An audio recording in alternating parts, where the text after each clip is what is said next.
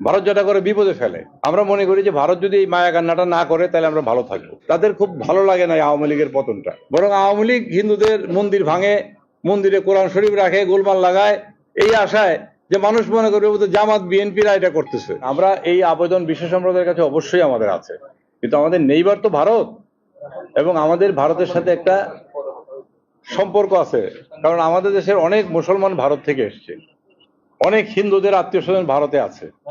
প্রতিনিয়তই ভারত বাংলাদেশের এই যে অবস্থাটা, এটা আমরা ভুলতে পারি না। এবং হিন্দুরা মনে করে যে আমরা যদি অসুবিধায় পড়ি, এই আওয়ামী লীগ এটা চালু করে যে ভারত আমাদের সাথে আছে, তোমরা যদি অসুবিধায় পড়ো ভারত তোমাদের সাহায্য করবে।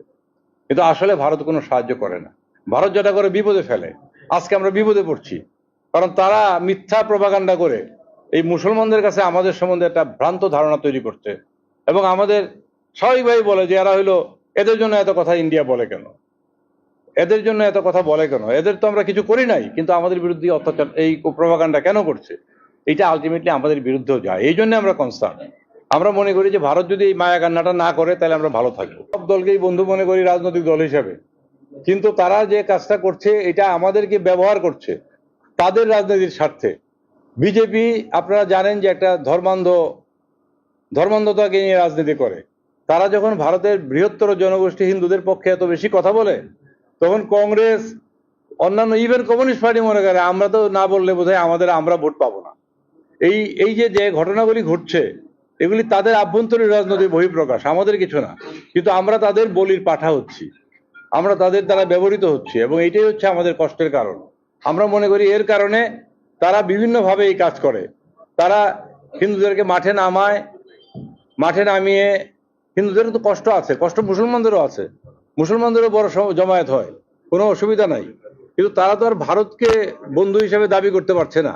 কিন্তু আমাদের হিন্দুদের একটা ঐতিহাসিক কারণে আমরা মনে করি যে আমাদের জন্য ভারত বোধহয় দুইটা কথা বলবে, কিন্তু কথা বলতে গিয়ে উপকার কিছু হয় না, ক্ষতি হয়।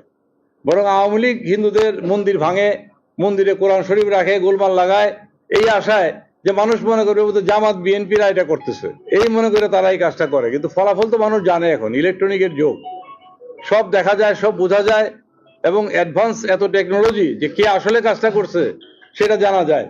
এই জন্য তারা আজ পর্যন্ত কোনো বিচার করে নাই। আপনারা দেখবেন তারা কোনো তদন্ত করে যখন দেখে যে লোকগুলি তাদেরই, এই নিয়ে চার্জশিটও হয় না, বিচারও হয় না। এই যে 15 বছরে এত বৌদ্ধ মন্দির ভাঙলো, খ্রিস্টানদের গির্জায় আক্রমণ করা হইলো, মন্দিরগুলিতে আক্রমণ করা হইলো, আওয়ামী লীগ 15 বছর তো একতরফা ক্ষমতায় ছিল জোর করে, তারা তো কোনো বিচার করলো না।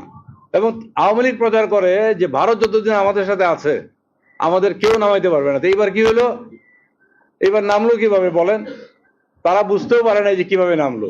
ভারতের এখন বেশি করে বলছি, কারণ তারা সবগুলি দল এবং বিভিন্ন মিডিয়া মিলে বাংলাদেশের বিরুদ্ধে এই চক্রান্তটা করছে।